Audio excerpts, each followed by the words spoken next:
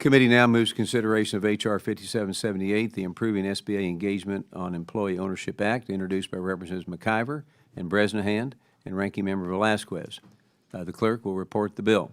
H.R. 5778, a bill to direct the administrator Without of the Small objection, Business- H.R. 5778 is considered as read and open for amendment. I now recognize the bill's sponsor, Representative McIver, from the great state of New Jersey, for a statement on the bill. Thank you so much, Chairman, and thank you to our ranking member for holding this markup today. I would like to speak in strong support of my bill, H.R. 5778, the Improving SBA Engagement on Employee Ownership Act, a bipartisan bill that I am proud to lead with my colleague, Congressman Bresnahan. There we go. Sorry for butchering that.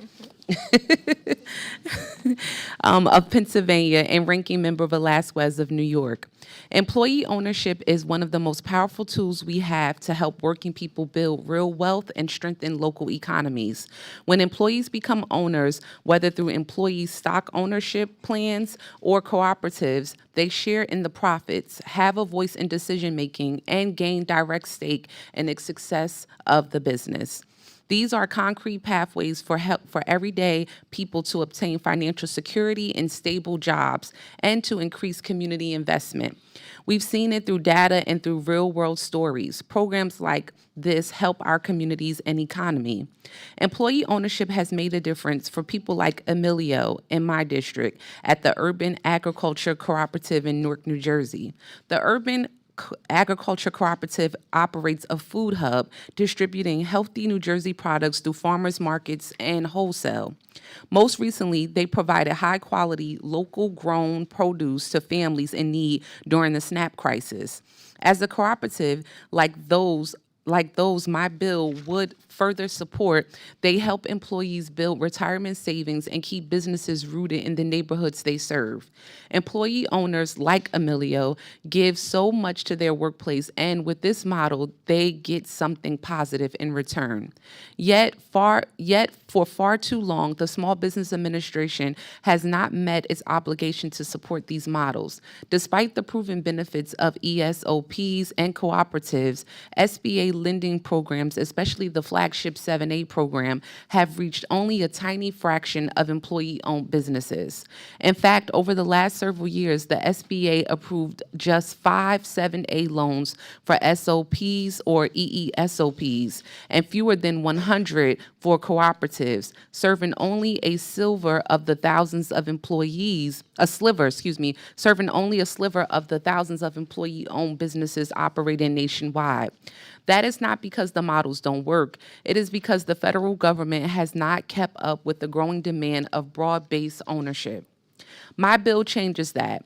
The Improving SBA Engagement on Employee Ownership Act ensures that the SBA finally does its job to support employee-owned businesses. It requires the agency to show up consistently at the highest levels in federal discussions and about employee ownership and cooperative development.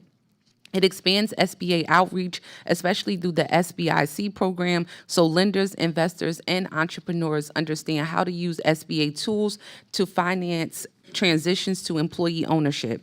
And it directs the SBA to finally start up the Small Business Employee Ownership and Cooperatives Promotion Program. I must need another cup of coffee, which Congress required 6 years ago, but has yet to be implemented.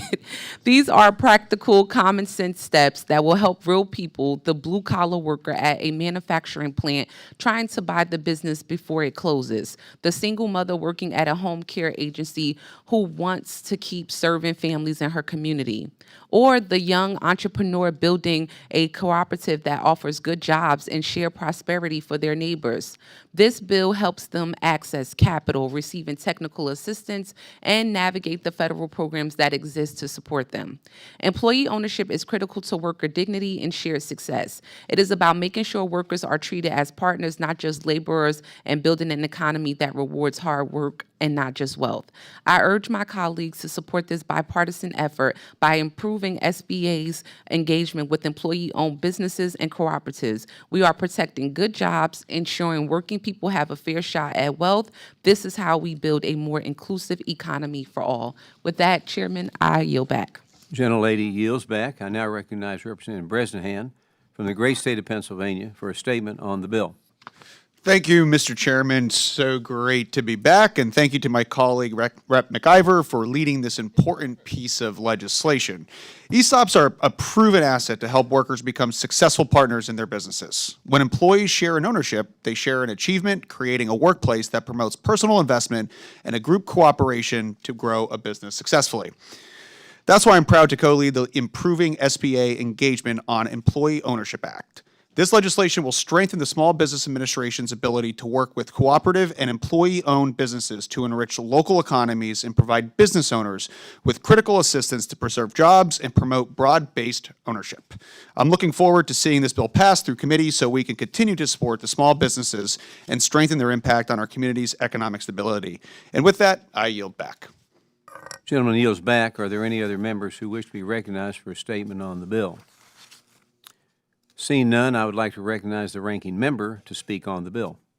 Thank you, Mr. Chairman. I support H.R. 5778, and I want to thank Representatives McIver and Bresnahan for their leadership on this issue.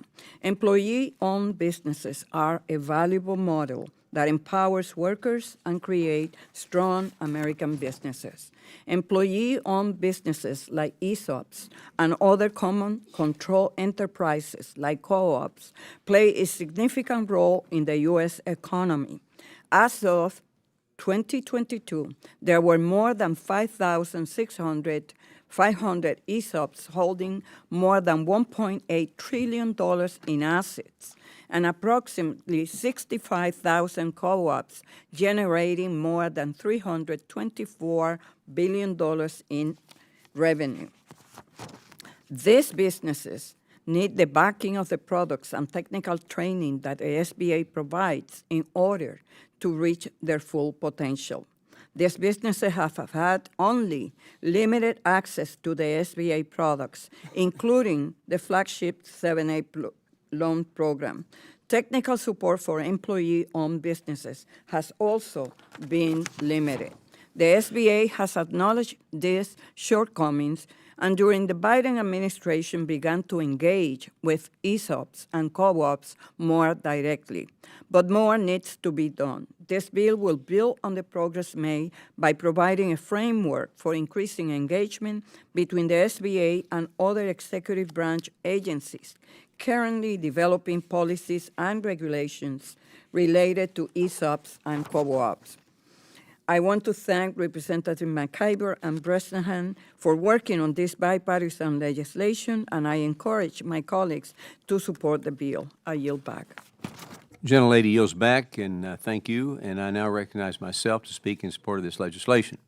For some entrepreneurs, employee ownership and cooperative business models can offer opportunities to empower their employees and share the success of the company. The Improving SBA Engagement on Employee Ownership Act requires the SBA to finally implement requirements passed in the fiscal year 2019 NDAA to offer information and technical assistance on employee ownership. It also gives the SBA a seat at the table where other agencies are discussing these types of business models. I urge my colleagues to vote yes on H.R. 5778, and I yield back. Does anyone wish to offer an amendment? Seeing none, the question is now unfavorably reporting H.R. 5778 to the House. All those in favor say aye. All those opposed say no. In the opinion of the chair, the ayes have it. H.R. 5778 is agreed to. Mr. Chairman, I ask for a recorded vote.